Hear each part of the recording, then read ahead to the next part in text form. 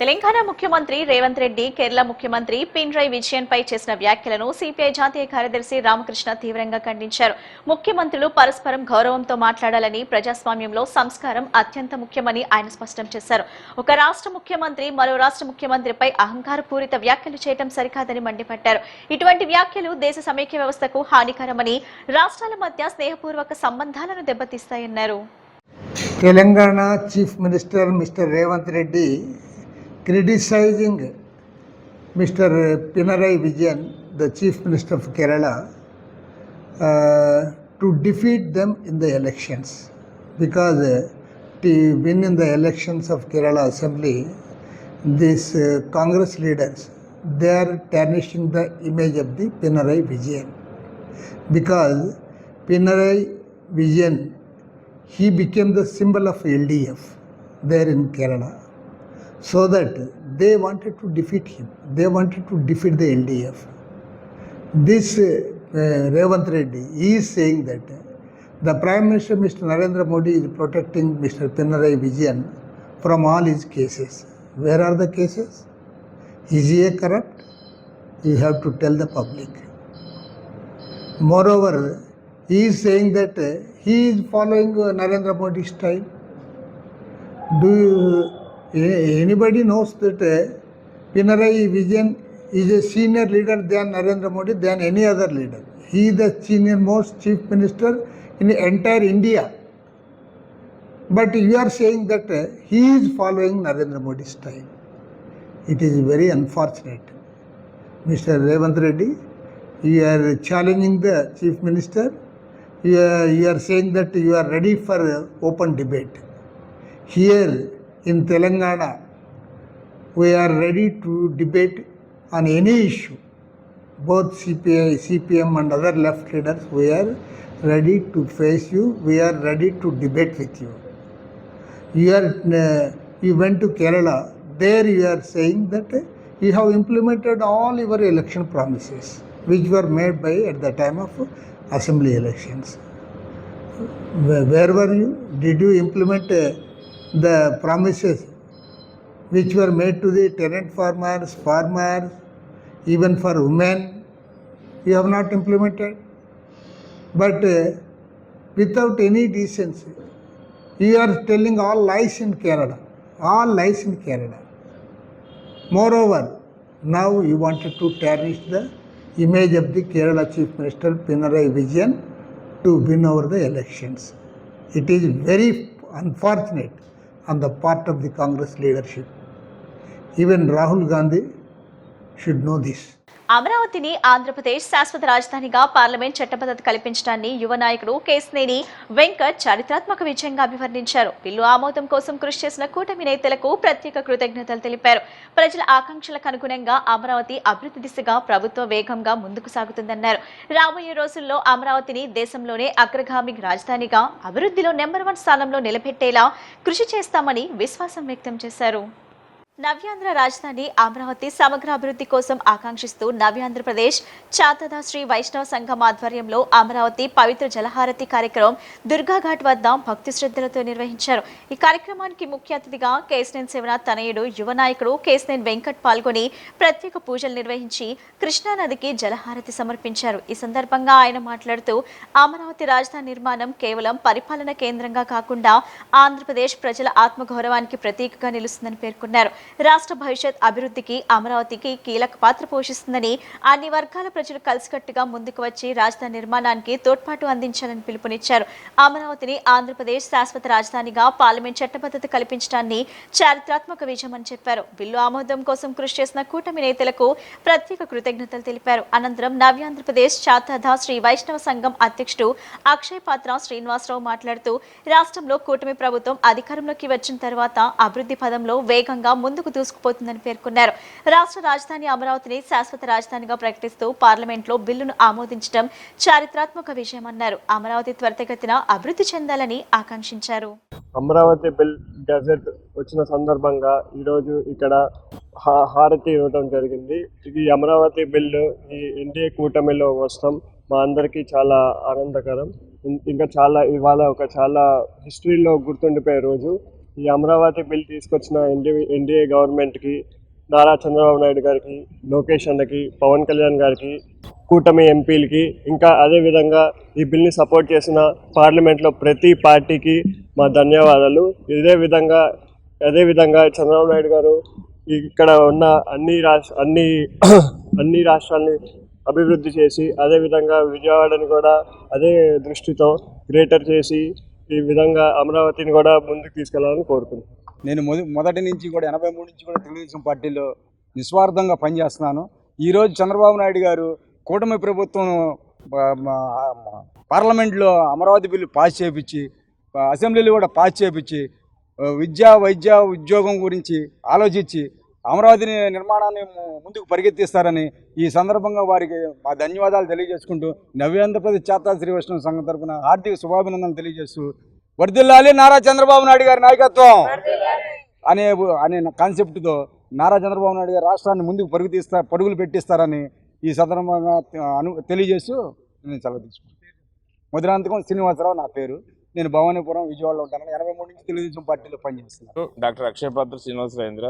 నేను నవ్యాంధ్రప్రదేశ్ చాతా శ్రీ వైష్ణవ సంఘం స్టేట్ ప్రెసిడెంట్ని. మరి రాష్ట్రంలో ఎన్డీఏ ప్రభుత్వం వచ్చిన తర్వాత అమరావతి మీద దృష్టి పెట్టడం, అలాగే మరి గత ప్రభుత్వంలో మూలన పడేసినటువంటి అమరావతిని ఇవాళ ఒక ప్రపంచ ప్రఖ్యాతిగాంచిన రాజధానిగా తీర్చిదిద్దే ఉద్దేశంలో ఒక మొదటి స్టెప్ కింద మరి పార్లమెంట్లో బిల్ పాస్ చేయటం, మరి ఇది తప్పకుండా ఇది ఎన్డీఏ కూటమి మరి గౌరవ ముఖ్యమంత్రి నారా చంద్రబాబు నాయుడు గారి ఘన విజయం అని చెప్పొచ్చు. మరి ఇది తొలిమెట్టుగా భావించి రాబోయే 2-3 సంవత్సరాల్లో ఒక ప్రపంచ ప్రఖ్యాతిగాంచిన రాజధాని ఇక్కడ ఈ ప్రాంతంలో వస్తుందంటే నిజంగా ఎన్డీఏ కూటమి, పర్టికులర్గా నారా చంద్రబాబు గారి నాయకత్వంలో అది జరుగుతుంది. తప్పకుండా ఆంధ్ర రాష్ట్రంతో పాటు చుట్టుపక్కల రాష్ట్రాలు కూడా ఈ అమరావతిని బేస్ చేసుకుని అభివృద్ధి చెందే అవకాశం ఎక్కువగా ఉంది. కాబట్టి ఈరోజు చాలా మరి చరిత్రలో మరి ఇవాళ చిన్ని గారి అబ్బాయి గారు చెప్పినట్టుగా చరిత్రలో ఒక ముఖ్యమైన రోజు, మన ఆంధ్ర రాష్ట్ర చరిత్రలో ఒక ముఖ్యమైన రోజు. ఇటువంటి రోజు వస్తుందని మరి ఎన్నో సంవత్సరాలు బట్టి కళ్ళగని రోజు ఇవాళ వచ్చింది. జై చంద్రబాబు, కేసీఆర్ నాని గారి నాయకత్వం, చిన్ని గారి నాయకత్వం. ప్రతి శుభకార్యాన్ని ప్రజాసేవతో ప్రారంభించడం తెలుగుదేశం పార్టీకి ప్రత్యేకమైన సాంప్రదాయమని ఆ పార్టీ యువనేత బోండా సిద్ధార్థ్ తెలిపారు. ప్రతి కార్యకర్త సేవా దృక్పథంతో ముందుకు రావాలన్నారు. రాబోయే రోజుల్లో కూడా ఇలాంటి కార్యక్రమాలను మరింత విస్తృతంగా నిర్వహించాలని ఆయన ఆకాంక్షించారు. విజయవాడ సెంట్రల్ నియోజకవర్గం 58వ డివిజన్ సాయిబాబు గుడి సెంటర్ వద్ద సెంట్రల్ శాసనసభ్యులు బోండా మహేశ్వరరావు సూచన మేరకు వేసవి కాలంలో ప్రజల దాహార్తిని తీర్చేందుకు ఏర్పాటు చేసిన చలివేంద్రాన్ని ఘనంగా ప్రారంభించారు. పార్టీ కార్యకర్త సుల్తానా ఈశ్వర్ కుమార్తె హనిశ్రీ జన్మదినోత్సవాన్ని పురస్కరించుకుని ఈ సేవా కార్యక్రమాన్ని నిర్వహించడం విశేషం. ఈ సందర్భంగా ఏర్పాటు చేసిన చలివేంద్రం ద్వారా పాఠశాల విద్యార్థులు, వాహనదారులు, స్థానిక ప్రజలకు చల్లని మజ్జిగ పంపిణీ చేశారు. ఈ కార్యక్రమానికి ముఖ్య అతిథిగా విచ్చేసిన టీడీపీ యువ నాయకులు బోండా సిద్ధార్థ్ చిన్నారి అనిశ్రీతో కలిసి కేక్ కట్ చేసి జన్మదిన శుభాకాంక్షలు తెలిపారు. ఈ సందర్భంగా బోండా సిద్ధార్థ్ మాట్లాడుతూ ప్రతి శుభకార్యాన్ని ప్రజాసేవతో ప్రారంభించడం తెలుగుదేశం పార్టీకి ప్రత్యేకమైన సాంప్రదాయమని తెలిపారు. చిన్న వయసులోనే ఇటువంటి సేవా కార్యక్రమం నిర్వహించడం ఎంతో ప్రశంసనీయమన్నారు. ప్రతి కార్యకర్త సేవా దృక్పథంతో ముందుకు రావాలని, రాబోయే రోజుల్లో కూడా ఇలాంటి కార్యక్రమాలను మరింత విస్తృతంగా నిర్వహించాలని ఆకాంక్షించారు. ఈ కార్యక్రమాన్ని విజయవంతంగా నిర్వహించిన సుల్తానా, ఈశ్వర్ కుటుంబ సభ్యులకు హృదయపూర్వక అభినందనలు తెలిపారు. ఈ కార్యక్రమంలో మాజీ కార్పొరేటర్ పిరియా జగదాంబ, డివిజన్ అధ్యక్షులు కూర్మపు దుర్గారావు, ప్రధాన కార్యదర్శి మల్లంపాటి రవికుమార్, ఇన్ఛార్జ్ పిరియా సోమేశ్వరరావు తదితరులు పాల్గొన్నారు. ఈరోజు మా తెలుగుదేశం పార్టీ కార్యకర్త, బూత్ ఇన్ఛార్జ్ అయినటువంటి సుల్తానా దుర్గారావు గారి కుమార్తె హనీశ్రీ జన్మదిన సందర్భంగా ఈరోజు వేసవి సమీపిస్తున్న తరుణంలో ఇక్కడ ఒక మంచి కార్యక్రమానికి శ్రీకారం చుట్టడం జరిగింది. మజ్జిగ పంపిణీని ఇక్కడ ఏర్పాటు చేసి ఇక్కడికి వచ్చిపోయే వాళ్ళందరికీ కూడా మజ్జిగని తన జన్మదిన సందర్భంగా ఇవ్వాలన్న ఒక మంచి ఆలోచనని అభినందించాలనే ఒక ఉద్దేశంతో ఇక్కడ నేను రావటం, తద్వారా ఈ కార్యక్రమాన్ని ప్రారంభించడం చాలా సంతోషంగా ఉంది. ఎందుకంటే విజయవాడ సెంట్రల్ నియోజకవర్గంలో ఎప్పుడైతే ఎమ్మెల్యేగా బోండమ్మ గారు ప్రమాణ స్వీకారం చేశారో 2014లో, అప్పటి నుంచి వరకు కూడా ఇప్పటి వరకు ఏ కార్యకర్త, నాయకుడు పుట్టినరోజైనా, ఏదో మంచి శుభకార్యమైనా అది ప్రజాసేవతోనే మొదలవ్వాలని ఆయన ఆలోచనని ఉదాహరణగా తీసుకుని ప్రతి ఒక్క కార్యకర్త నాయకులు పాటించడం అనేది చాలా ఆనందకరం. ఈ సాంప్రదాయాన్ని దాదాపు 15 ఏళ్ళుగా మేము కొనసాగిస్తున్నాం. అది మా ఇంట్లో ఏ పుట్టినరోజైనా సరే, మా నాయకులదైనా సరే ఒక మంచి కార్యక్రమంతో శ్రీకారం చుట్టడం అనేది ఆనవాయితీగా వస్తున్న తరుణంలో ఈరోజు ఇటువంటి ఒక మంచి కార్యక్రమాన్ని అంత చిన్న వయసులోనే ఇలా చేస్తే బాగుంటుందని ఒక ఆలోచనతో ముందుకు రావడం చాలా సంతోషకరం. రాబోయే రోజుల్లో కూడా ప్రతి ఒక్కళ్ళు కూడా ఇక్కడ ఉన్నటువంటి పరిస్థితుల్లో ఇటువంటి కార్యక్రమాలని ముందు రోజుల్లో కూడా చేపట్టాలని చెప్పి మనస్ఫూర్తిగా తెలియజేస్తూ ఒక మంచి కార్యక్రమానికి ఏర్పాటు చేసినటువంటి వాళ్ళ కుటుంబ సభ్యులందరికీ కూడా పేరున హృదయపూర్వక అభినందనలు, శుభాకాంక్షలు తెలియజేసుకుంటూ తప్పనిసరిగా ఇటువంటి కార్యక్రమాలకి బోండమ్మ గారు ఒక సహాయ సహకారాలు ఎప్పుడు కూడా ఉంటాయి. వారి అభినందన కూడా ఉంటుందని సందర్భంగా తెలియజేసుకుంటూ మరొకసారి చిన్నారికి హార్దిక జన్మదిన శుభాకాంక్షలు తెలియజేస్తాను. రాష్ట్రంలో ప్రభుత్వాసుపత్రుల నిర్వహణ దారుణంగా అధ్వానంగా ఉందని సిపిఐ నగర కార్యదర్శి కోటేశ్వరరావు విమర్శించారు. ఆసుపత్రిలో సరైన సిబ్బంది లేరని, ఆసుపత్రిలో మంచాలు కూడా సక్రమంగా లేవన్నారు. అరకొరక సౌకర్యాలతో ఉన్న ప్రభుత్వాసుపత్రులను ప్రభుత్వం అభివృద్ధి చేయాలన్నారు. ఎన్టీఆర్ ఆరోగ్యశ్రీ పథకం ద్వారా అన్ని ప్రభుత్వ, ప్రైవేట్ ఆసుపత్రుల్లో కూడా అందుబాటులోకి తీసుకురావాలని కోరారు. ఆసుపత్రుల బకాయిలను చెల్లించి ఎన్టీఆర్ ఆరోగ్యశ్రీ పథకాన్ని పేద ప్రజలకు అందుబాటులోకి తీసుకురావాలని కోరారు.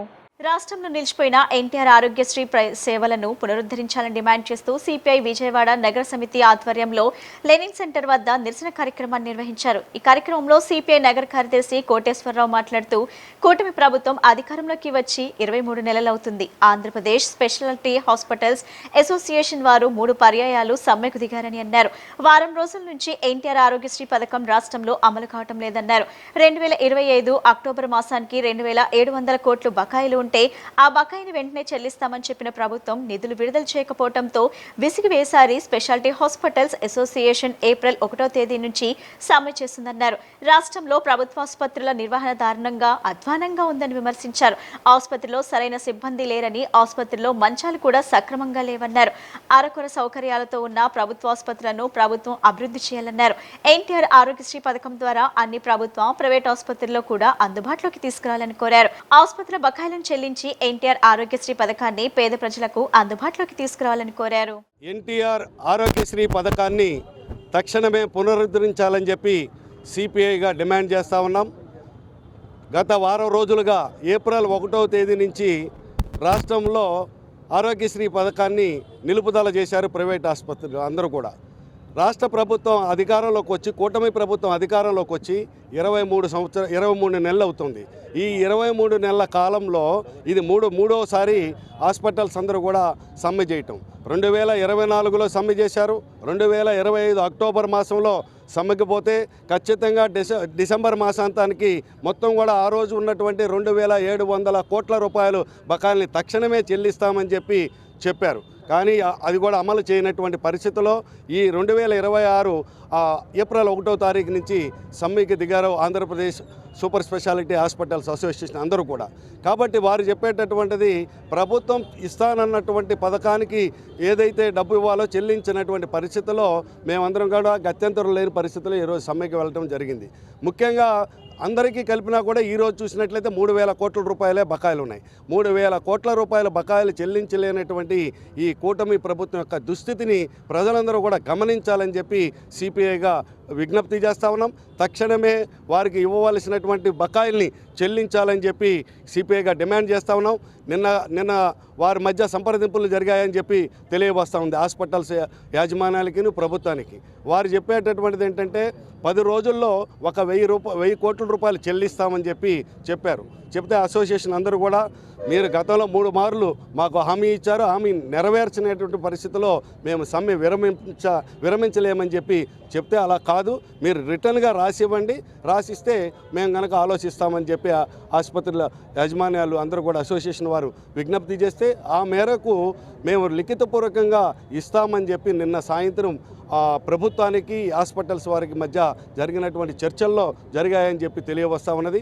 ఏదేమైనప్పుడు కూడా ఈ 11 గంటలకి మరలా లిఖితపూర్వకంగా ఇస్తామని చెప్పి ప్రభుత్వం చెప్పుతున్నటువంటి మాట ఆచరణ సాధ్యం కావాలని చెప్పి సిపిఐగా డిమాండ్ చేస్తా ఉన్నాం. పత్రికా కార్యాలయాలపై దాడులు ప్రజాస్వామ్యానికి గొడ్డలు పెట్టు అని ఏపీ ప్రభుత్వ విప్ ఎర్లగడ్డ వెంకట్రావు అన్నారు. మచిలీపట్నం కోర్టుకు వచ్చిన ఆయన విలేకరులతో మాట్లాడుతూ గతంలో పార్టీ కార్యకలాపాలపై దాడులు చేసిన వైసీపీ శ్రేణులు ఇప్పుడు పత్రికా కార్యాలయాలపై కూడా దాడులకు దిగటం సిగ్గుచేటని పేర్కొన్నారు. స్వాతంత్ర పోరాట సమయంలో మట్నూరి కృష్ణారావు మచిలీపట్నం కేంద్రంగా ఆంధ్రపత్రిక నడిపిస్తున్నప్పుడు బ్రిటిష్ పాలకులు కూడా ఇలాంటి చర్యలకు పాల్పడటం లేదని గుర్తు చేశారు. మీడియాను ఫోర్త్ ఎస్టేట్ గా గౌరవించాలి తప్ప కార్యాలయాల ధ్వంసం అనాగరికమని, ఇలాంటి చర్యల వల్ల ప్రజల్లో విశ్వాసం కోల్పోతారని హెచ్చరించారు.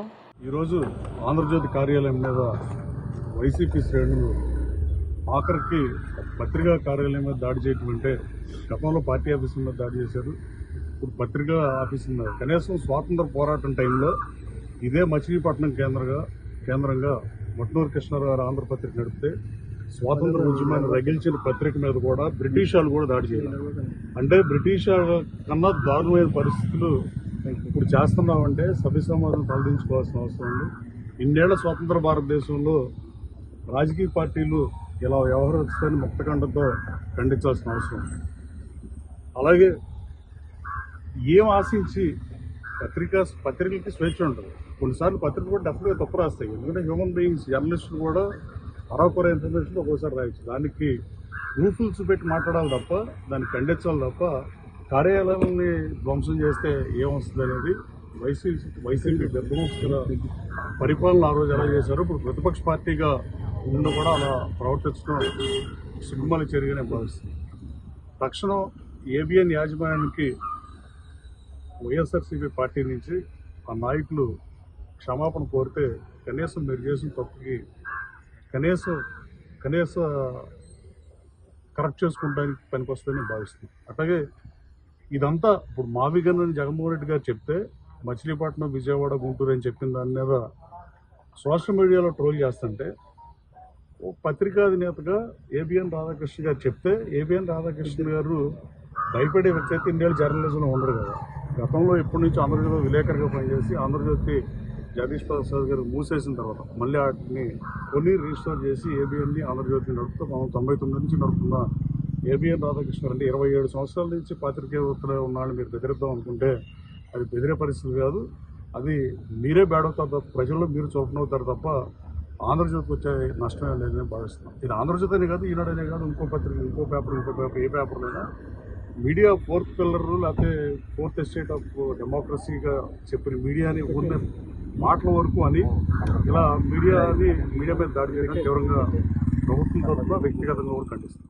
పశువైద్య రంగంలో విశేష కృషి చేస్తున్న నిపుణులను ప్రభుత్వం అధికారికంగా గుర్తించి సత్కరించాలని ఆంధ్రప్రదేశ్ రైతు సంఘం రాష్ట్ర కార్యదర్శి పి జమలయ్య కోరారు. వ్యవసాయ రంగంలో పశుసంవర్ధక శాఖది కీలక పాత్ర అని, భూసారాన్ని పెంచే సేంద్రియ ఎరువుల కోసం పశుపోషణ ఎంతో అవసరమని ఆయన పేర్కొన్నారు. ప్రభుత్వం బడ్జెట్లో తగిన నిధులు కేటాయించి పశుపోషణను ప్రోత్సహించాలని విజ్ఞప్తి చేశారు. అంతర్జాతీయ పశువైద్య దినోత్సవం పురస్కరించుకుని విజయవాడ బందర్ రోడ్లోని పశుసంవర్ధక శాఖ రాష్ట్ర కార్యాలయంలో రైతులోకం ప్రత్యేక సంచికను ఆవిష్కరించారు. ఆంధ్రప్రదేశ్ రైతు సంఘం ఆధ్వర్యంలో జరిగిన ఈ కార్యక్రమంలో పశుసంవర్ధక శాఖ రాష్ట్ర director doctor T Damodar Naidu ముఖ్య అతిథిగా పాల్గొని సంచికను విడుదల చేశారు. ఈ సందర్భంగా ఆంధ్రప్రదేశ్ రైతు సంఘం రాష్ట్ర కార్యదర్శి పి జమలయ్య మాట్లాడుతూ రైతులకు అవసరమైన సమాచారాన్ని అందించేందుకు ప్రతి నెల రైతుల కోసం పత్రికను తీసుకొస్తున్నామని, పశువైద్యుల సేవలను గుర్తించేలా ఈసారి ప్రత్యేక సంచికను రూపొందించామని తెలిపారు. పశువైద్య రంగంలో విశేష కృషి చేస్తున్న నిపుణులను ప్రభుత్వం అధికారికంగా గుర్తించి సత్కరించాలని జమలయ్య కోరారు. వ్యవసాయ రంగంలో పశుసంవర్ధక శాఖది కీలక పాత్ర అని, భూసారాన్ని పెంచే సేంద్రియ ఎరువుల కోసం పశుపోషణ ఎంతో అవసరమని ఆయన పేర్కొన్నారు. ప్రభుత్వం బడ్జెట్లో తగిన నిధులు కేటాయించి పశుపోషణను ప్రోత్సహించడం ద్వారానే వ్యవసాయ అనుబంధ రంగాలను అభివృద్ధి చేయవచ్చునని ఆయన విజ్ఞప్తి చేశారు. ఈరోజు ఆంధ్రప్రదేశ్ రైతు సంఘం ఆధ్వర్యంలో రైతులోకం పత్రిక ప్రతి నెల తీసుకొస్తుంటాం. ఈ నేపథ్యంలో ప్రపంచ పశు వైద్య దినోత్సవం ఏప్రిల్ 25ని పురస్కరించుకొని రైతులోకం పత్రికను ఒక ప్రత్యేక సంచికగా తీసుకురావడం జరిగింది. ఈ ప్రత్యేక సంచికను మన పశుసంవర్ధక శాఖ రాష్ట్ర డైరెక్టర్ టి దామోదర్ నాయుడు గారు చేత ఆవిష్కరణ జరిగింది. ఈ సందర్భంగా పశుసంవర్ధక శాఖ పరిధిలో ఉన్నటువంటి పశు వైద్యులు, ఉన్నతాధికారులు, వారి సిబ్బంది మరియు మా ఆంధ్రప్రదేశ్ రైతు సంఘం తరపున వివిధ నాయకులు కార్యకర్తలు పాల్గొన్నారు.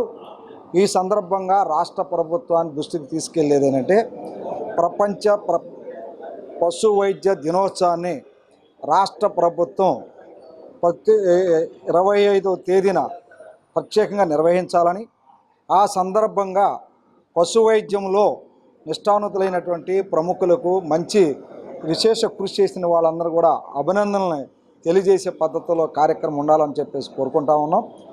మరొక అంశం ఏంటంటే ఈరోజు వ్యవసాయ రంగంలో అత్యంతమైనటువంటి కీలకమైన భూమికను పోషిస్తుంది పశు సంవర్ధక శాఖ, అందుకే పశు పోషణ. అటువంటి పశు పోషణకు రాష్ట్ర ప్రభుత్వం ప్రోత్సహించే దానికోసం బడ్జెట్లో నిధులు కేటాయించడం, ఖర్చు చేయటం ద్వారా పశు పోషణ పెంచాలా, తద్వారా వ్యవసాయ రంగంలో మార్పులు తీసుకొచ్చేదానికి ఉపయోగపడుతూ ఉంది. ఈరోజు నేల అంటే భూమి యొక్క సారం తగ్గిపోతూ ఉంది. మరి కర్బన సేంద్రియం పెంచాలంటే పశువుల ఎరువుల అవసరము, పాడి పంట అనేది కీలకమైనటువంటి పాత్ర. అందుకని పశు పోషణ పెంచడం ద్వారా వ్యవసాయాన్ని అభివృద్ధి చేసుకోవచ్చు, వ్యవసాయ రంగంలో గణనీయమైనటువంటి మార్పులు తీసుకురావచ్చు. అందుకని వ్యవసాయానుబంధ రంగాన్ని అభివృద్ధి చేయాలంటే అందులో కీలకమైనటువంటి పాత్ర పోషిస్తున్న పశు సంవర్ధకని, పశు పోషణని అభివృద్ధి చేసేదానికోసం ప్రభుత్వ బాధ్యత తీసుకోవాలని చెప్పేసి ఈ సందర్భంగా ప్రభుత్వానికి విజ్ఞప్తి చేస్తా ఉన్నాం. నా పేరు పి జమ్మలయ్య, ఆంధ్రప్రదేశ్ రైతు సంఘం రాష్ట్ర కార్యదర్శి. తిరూరు నియోజకవర్గంలో ప్రభుత్వ భూముల ఆక్రమణల వ్యవహారం రాజకీయంగా వేడెక్కింది. ఈ నేపథ్యంలో ఎమ్మెల్యే కొలికిపూడి శ్రీనివాసరావు స్వయంగా రోడ్డుపై బైఠాయించి ధర్నాకు దిగటం స్థానికంగా చర్చనీయాంశమైంది. తిరువూరు పట్టణ పరిధిలోని విలువైన ప్రభుత్వ భూములను గత ప్రభుత్వ హయాంలో కొందరు వైఎస్ఆర్ కాంగ్రెస్ పార్టీ నాయకులు ఆక్రమించారనే ఆరోపణలు వినిపిస్తున్నాయి. ఆక్రమించిన భూములపై షెడ్లు నిర్మించి వాటిని అద్దెలకు ఇస్తూ లాభాలు పొందుతున్నారనే విమర్శలు వెల్లువెత్తుతున్నాయి.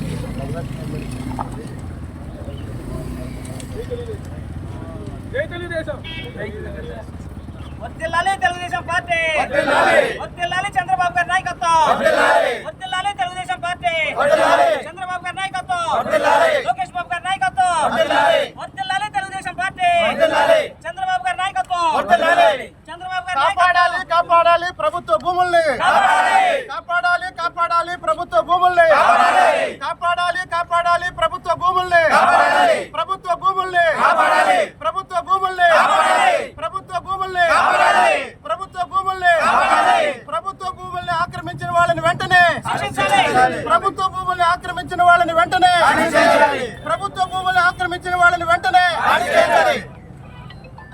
విజయవాడ, గుంటూరు జిల్లాల్లో అవినీతి నిరోధక శాఖ అధికారులు దాడులు కలకలం రేపుతున్నాయి. తాడేపల్లిలో నివాసం ఉంటున్న ఎండోమెంట్స్ అసిస్టెంట్ కమిషనర్ కలిగిరి శాంతి ఇంటిపై ఏసీబీ అధికారులు అకస్మాత్తుగా సోదాలు చేశారు. తాడేపల్లిలోని ఆమె నివాసానికి చేరుకున్న ఏసీబీ బృందాలు పలు కీలక పత్రాలు, ఆస్తుల వివరాలను పరిశీలిస్తున్నట్లు సమాచారం. ఆదాయానికి మించిన ఆస్తులపై అనుమానాల నేపథ్యంలో ఈ సోదాలు జరుగుతున్నాయని తెలుస్తుంది. ఇంట్లోని డాక్యుమెంట్లు, బ్యాంక్ లాకర్లు, ఆస్తుల వివరాలను అధికారులు వివరంగా తనిఖీ చేస్తున్నారు. అలాగే కుటుంబ సభ్యులను కూడా అధికారులు ప్రశ్నిస్తున్నట్లు సమాచారం.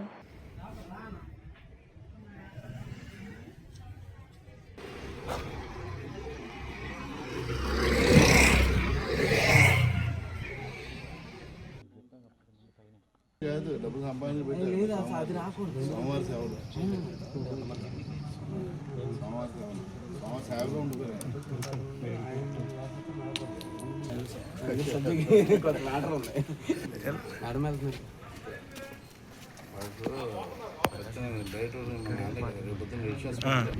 ఇక్కడే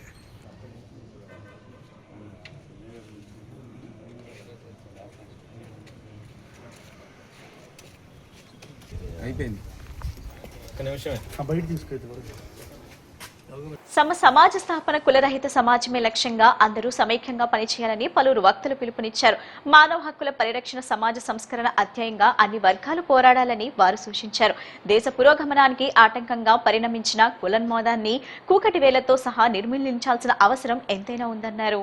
సమభావన కమిటీ విజయవాడ ఆధ్వర్యంలో కులరహితం సమాజహితం పేరిట మార్తన్ నిర్వహించారు. తుమ్మలపల్లి కళాక్షేత్రం వద్దనున్న పెరియార్ విగ్రహం నుండి బందర్ రోడ్లో అంబేద్కర్ విగ్రహం వరకు సాగిన ఈ ర్యాలీలో సమభావన committee Vijayawada chairman doctor G Samaram, social aid department director G Srikanth, bar council సభ్యులు రాజేంద్ర ప్రసాద్, బార్ అసోసియేషన్ అధ్యక్షుడు లక్ష్మీప్రసాద్, ఆక్వా డెవిల్స్ అసోసియేషన్ అధ్యక్షుడు లింగపల్లి రామకృష్ణ సహా వివిధ అసోసియేషన్లు, సామాజిక సంస్థలకు చెందిన వారు పెద్ద సంఖ్యలో పాల్గొన్నారు. ఈ సందర్భంగా వారు మాట్లాడుతూ దేశ పురోగమనానికి కుల వ్యవస్థ ఆటంకంగా ఉందని అభిప్రాయపడ్డారు. విజ్ఞాన శాస్త్రం కొత్త పుంతలు తొక్కుతున్నప్పటికీ కుల వ్యవస్థ అంతం కాకపోవడం దురదృష్టకమన్నారు. కులరహితం సమాజహితం పేరిట నగర వ్యాప్తంగా వారం రోజుల పాటు సాంస్కృతిక ఉత్సవాలు నిర్వహించి ప్రజలను చైతన్యపరుస్తున్నట్లు వివరించారు. ఈ కార్యక్రమంలో అన్ని వర్గాలను భాగస్వాములను చేయటం ఎంతో సంతోషంగా ఉందని వారు పేర్కొన్నారు. అన్ని వర్గాల ప్రజలు ఇందులో భాగస్వాములు కావాలని పిలుపునిచ్చారు. సమాజం కోరే వ్యక్తులు అన్ని రకాల వాళ్ళు అన్ని వర్గాల చెందిన వాళ్ళు కూడా దీంట్లో పాల్గొంటున్నారు. మనం కోరే సమాజం అందరికీ సమాన గౌరవం కావాలి, సమాన స్వాతంత్ర్యం కానీ అలాంటి విజయ సమాజం కోసం అని ఈ కార్యక్రమం చేపట్టాం. కులరహిత సమాజం, సమాజ హితం అని. దీంట్లో డాక్టర్లు, ఇంజనీర్లు, వీళ్ళు సమాజంలో ఉన్న అన్ని వర్గాల వ్యక్తులు, అన్ని రకాల వ్యక్తులు కూడా పాల్గొన్నారు. అందరి దీంట్లో ఇది ఏ పార్టీకి, ఏ వర్గానికి, ఏ మతానికి చెంది కాదు. కులరహిత సమాజం, సమాజహితం కోరే వాళ్ళందరూ దీంట్లో పాల్గొన్నారు. ఇది చాలా మంచి కార్యక్రమం. ఈ కార్యక్రమంలో అన్ని వర్గాలు పాల్గొని ముఖ్యంగా స్టూడెంట్స్ అందరూ కూడా ఇట్లాంటి కార్యక్రమాల్లో పాల్గొంటే మంచిది. రాజ్యాంగం గుర్తించి 75 సంవత్సరాలు అయింది. అయినప్పటికీ ఇప్పటికీ భారతదేశంలో కులతత్వాన్ని, కుల విభేదాలని, కుల అస్పృశ్యతని పెంచి పోషించే పద్ధతులే కొనసాగుతూ ఉన్నాయి. వీటన్నిటినీ వ్యతిరేకంగా పోరాడాల్సినటువంటి అవసరం ఉన్నదనేటువంటి ఉద్దేశంతో ఈ రోజున ఈ మ్యారథాన్ నిర్వహిస్తూ ఉన్నాం.